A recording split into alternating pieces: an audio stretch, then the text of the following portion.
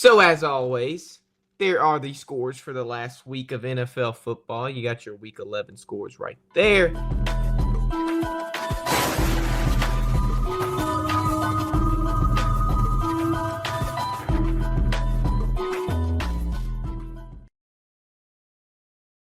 And if you see that third score right there, the Ravens lost to the Steelers 18-16. And Nate wants to talk about a guy who's been a little dangerous this season. We talking about Russell Wilson. Let's get right into it. I think a lot of the things that need to be said about Russ, everything that he's done, it doesn't go unnoticed. I mean, I love everything that Russ is doing. I love everything that what he stands for. But he's coming off of a year where people like really had wrote him off, and just to see what he's doing with the Steelers. I mean, there was so much gripe about him becoming a starter quarterback when Justin Fields was doing a pretty decent job. But with the Steelers offense, and for this offense to grow and for it to get to where it needs to go, it needs a veteran quarterback that under center that can actually really lead and command this offense. And I just love what Russell Wilson is doing. There was a lot of people that were talking really, really down on Mike Tomlin when he announced that Russell Wilson was going to be the starting quarterback for the year, even with the success that Justin Fields was having. But yet, that's a true testament of a coach that actually he knows the game. And he knows what's best for his team, and for his team to win, he knows who to put in there. And Russell Wilson has played amazing. He didn't have his best game yesterday, but I'll tell you this: that Baltimore Ravens Steelers rivalry, it's alive and well. That's always going to be a defensive game, a hard-hitting defensive game, where points are going to come at a premium, yards are at a premium. I mean, again, it's a bend but don't break game, and who is going to make the plays? And the Steelers, they made some plays. They didn't score no touchdowns, kick 6 field goals, but let's just call it what it is. A win is a win. So I commend Russell Wilson on the job he's doing, but most importantly, I commend Mike Tomlin with his coaching and his coaches for the game plan that they've been having, the execution of their game plans defensively, and on special teams. And yeah, we have to give credit where credit is due. Now, I actually do want to speak on that. It's the first divisional matchup the Steelers have had in the entire year. So they have not played an AFC North divisional opponent yet this season. And now in 8 weeks of football left, you have to squeeze in 6 games worth of divisional games because you got to play a rival twice a year. But you said 6 field goals. I'm going to touch on that in a second. Chris Boswell is the man in charge of those 6 field goals, Nate. He became the first player in NFL history that day to make 6 or more field goals in 3 games. It was like 2 or 3 games this year. Yeah. So, he holds that record. He's been there a while. I remember playing Madden 19 and Madden 18 with Chris Boswell as the kicker. So I know he's been there a minute because I've been playing some Madden for a minute. But I kind of want to go Russ on the season. We talked about Justin Fields. I'm a big guy of riding what's hot. I like numbers. Numbers don't lie. But you take a chance on Russ because you think he's the guy, and he ends up being it. He's 4-0 as a starter, hasn't lost a game. He's 6-2 touchdown to interception ratio. He's got a touchdown on the ground as well. 942 passing yards and 60.3% completion. It's better than what you had last year. And when you're paying Russell Wilson, $3 million this year, $1.5 million this year, you're not paying him much at all. And then you get, better stats than what you were getting with small hands Kenny Pickett. Why you got to call it small hands? He's small hands, Nate. But you want to know something? I know the numbers aren't eye-popping and off the charts, but ultimately he's winning games. The Steelers are winning games the way the Steelers win games, and with the brand of football has been for the Steelers organization since the beginning. They want to play smash mouth football. They want to run the ball. They want to play good. They're going to play good defense, run the ball, be very, very smart. Um, they are tough, disciplined. And then, of course, what's going to happen is when you run the ball, you're going to open up the play action for those big, deep plays and so forth. So they're playing to their true identity. And Russell Wilson, it just really, helps them and allows them to play with their true identity and so forth.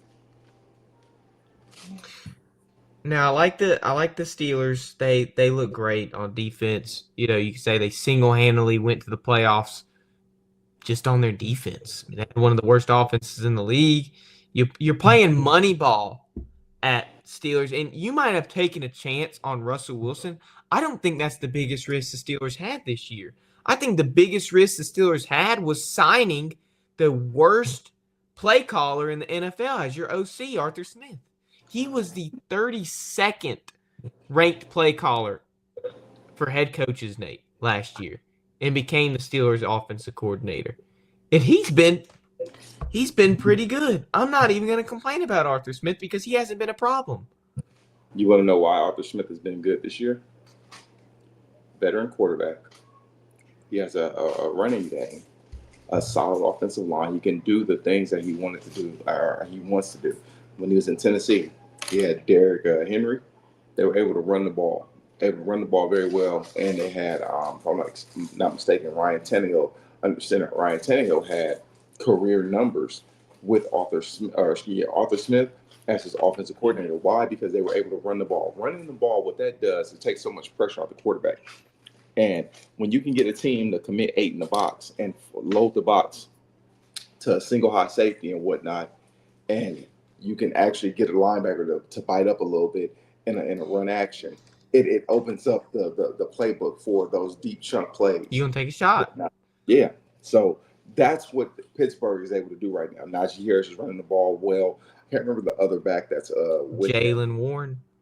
Jaylen Warren. They're running the ball very, very well, which and also which is allowing Russell Wilson to get back to what we've seen in Seattle for so many odd years. Run the ball, play action. Russell's gonna take that deep shot and that floating deep ball. Now, I do want to talk about something because you talk about Russell Wilson. He came from Denver last year. Just him and Sean Payton could not mesh. And you're thinking, okay, well, Sean Payton's done. Drew Brees was the guy who was carrying that Saints franchise this whole time. It was all Drew Brees. And then you see what he's done this year. He's been able to accomplish with Bo Nix, somebody that was not supposed to make it into the first round, ended up being a top 10 draft pick. A number 10, I think, is what he was drafted. And you're looking at it and you're thinking, oh my gosh, he had over 300 yards, Nate, 4 touchdowns, and now we're thinking, hold up, we thought Jayden Daniels had Offensive Rookie of the Year done. I mean, I think he still does based on how many times he's won Rookie of the Week. But now Bo Nix is showing out. Nate, what is the difference from having a veteran quarterback like Russell Wilson? Sean Payton could not produce him like he wanted to because he's already experienced. You can't teach an old dog new tricks. You know what they say. When you bring Drew Brees in, who has barely any starting experience in New Orleans, and do what they did there, Sean Payton now is able to mentor another young quarterback in Denver and get the same, if not super similar, results in Bo Nix. What's the difference there, Nate? Why couldn't he do that with Russ? I mean, he's an older, experienced quarterback. No, What's difference? What is it? A culture thing? Like, what's going on in Denver now? Bro, Bo Nix and Russell Wilson are 2 completely different quarterbacks. Russell Wilson thrives under center, run-oriented team, a run-based team. As far as Sean Payton, when Sean Payton, as we know, up in New Orleans, I don't recall Drew Brees ever having a running back that can command the running game in such a way that, again, where he wasn't throwing the ball 30 or 40 times a game. With the brand of football that Sean Payton likes, he likes to spread the ball out. He likes to throw the ball, and put you in weird, weird little situations and throwing the ball. Now, Russell Wilson, he came from Seattle. Pete loved to run the ball. You had Beast Mode, you had Marshawn Lynch, you had Rashad Penny, and so forth. You had these running backs that Seattle was able to draft because of the team that they had, and just again the dynamic and the identity of that team. They like to run the ball. They'll line up in 21 personnel and run power or off the tackle, zone, and so forth. But that's not what Sean Payton's game was. And him and Russell didn't mesh because their games are not the same. So that's what it was.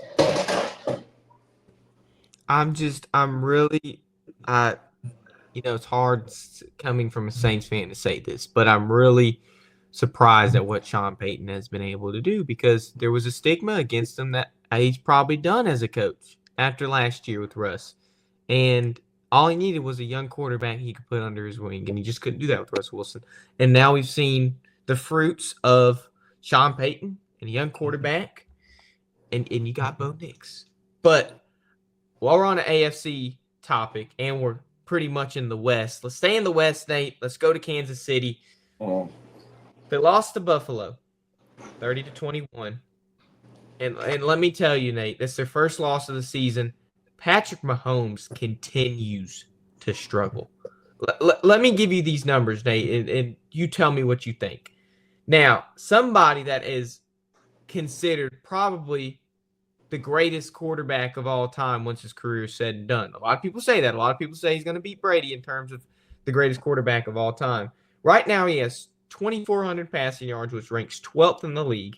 He's got 15 touchdowns, which is 10th in the league. He leads the league in interceptions with 11. His touchdown interception ratio is not good, and he's 69.5% completion percentage, which is pretty good. Now, let's put this into perspective real quick. You see these numbers, 12, 10th, you lead the league in picks, you're top 3 in completion percentage, but you look at this and put it into perspective. Let's go to New York. Let's go look at the Jets. You bring in a veteran like Aaron Rodgers, you think he can turn around your franchise.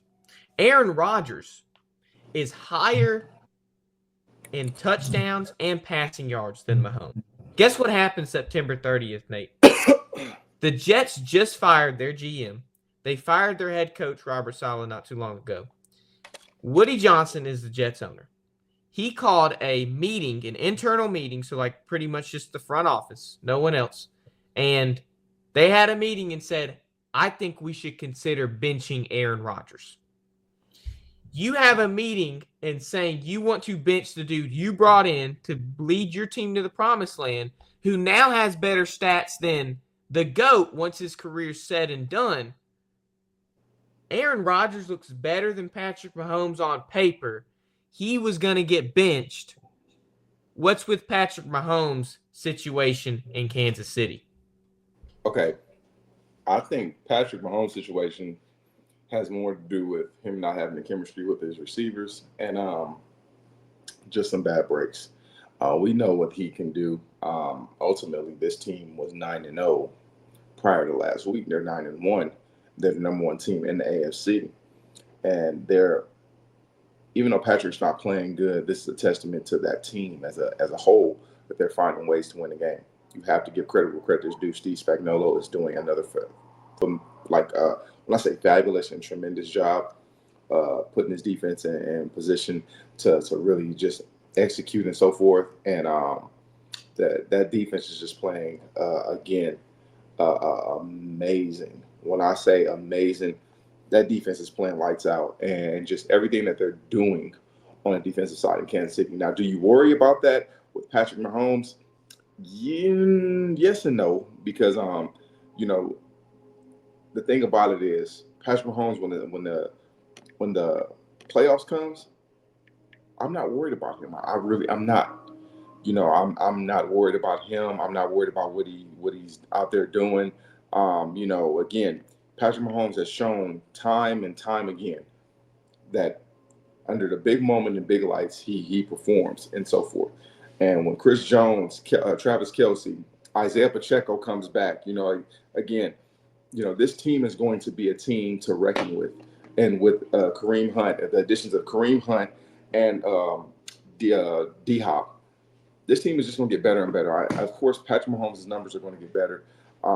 I believe in him. I believe in what Andy Reid, the product that they put on the field for the last 5-6 years, and they continue to excel. So this team is just going to get better. I know you want to I guess you sound the fire alarm, but there's no reason to sound the fire alarm. This team is number one in the AFC. Now, if they were at middle to bottom of the pack, then you ring the fire alarm. But right now, again, trust the process.